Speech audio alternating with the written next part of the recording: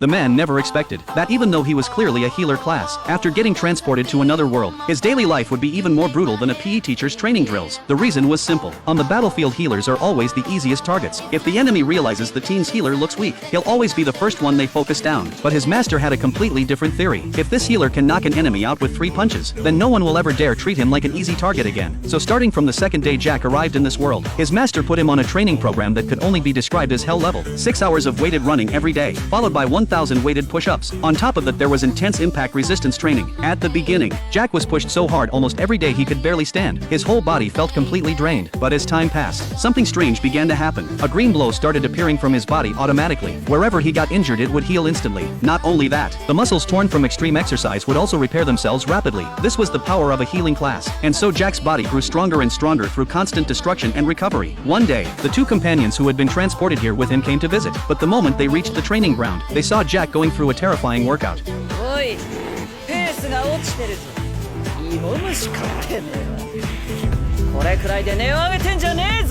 When he heard his master mocking him, Jack immediately refused to back down and declared, "This amount of weight isn't even enough for a warm-up." His master simply sneered after hearing that, then instantly doubled the entire training load.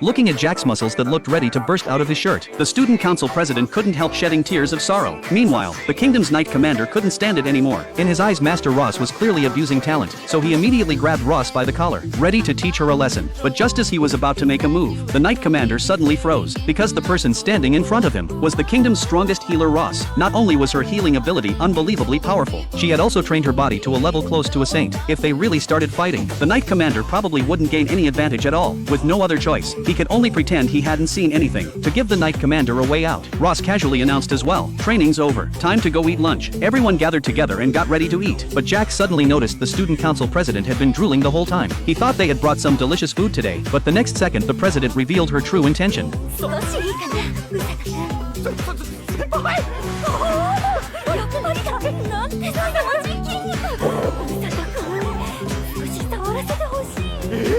She had simply been staring at Jack's muscles the entire time. The vice president beside her then seriously asked Jack if he didn't want to keep going through this kind of training, they could step in and take him away. But to everyone's surprise, Jack shook his head, saying that he was actually suffering but enjoying it at the same time. As long as this training meant he could help them in battle someday, then all the effort would be worth it. Hearing that, everyone was just about to feel touched, when suddenly a bald man appeared and ruined the moment. It turned out this bald guy had once stolen Jack's lunch. Since fighting privately was forbidden in the group, Jack had never had the chance to get revenge. And now that his master wasn't around, Jack's eyes instantly lit up. If he didn't get revenge now, then when would he?